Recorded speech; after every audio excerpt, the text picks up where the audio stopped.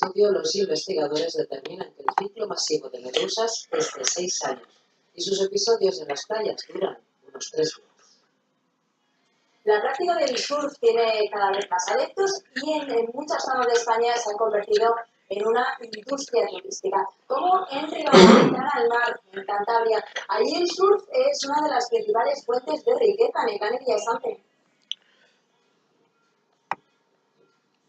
Hola, buenas tardes. Cantabria podría ser ese ejemplo de cómo en España el surf se ha ido convirtiendo en un producto turístico estratégico.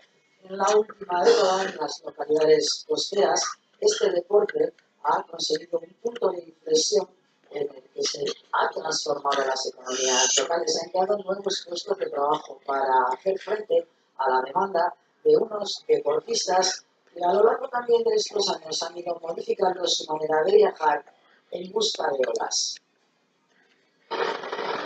Fuerteventura es uno de los paraísos para los amantes del sur. Muchos la conocen como la Hawái de Europa. Tiene zonas perfectas para surfear, que desde olas grandes, olas pequeñas, aparte hace calor todo el año. El surf ya se ha convertido, dicen los expertos, en una auténtica industria turística. Nosotros en el hotel tenemos entre un 50 y un 60% de clientes que vienen a realizar esta actividad. También en Ribamontana al mar, Cantabria, el surf es una de sus principales fuentes de riqueza. Aquí presumen de haber sido la primera reserva natural del sur de España y la segunda en Europa. Ciertamente aquí en Ribamontana al mar el surf genera más de 150 puestos de trabajo directos y más de 4 millones de euros al año. Una riqueza de la que se benefician las escuelas del sur, pero que también se reparte entre otros sectores económicos. Toda esa gente al final necesita de otros servicios, necesita de hoteles donde poder dormir, necesita de sitios donde poder comer. Nosotros por el transporte que realmente, bueno, pues que les ha aumentado también. Todo es la paradoja, ¿no? Porque las diferentes piensan que el turismo es lo no, el sur es todo el año, es todo lo importante de este fenómeno social que es el sur.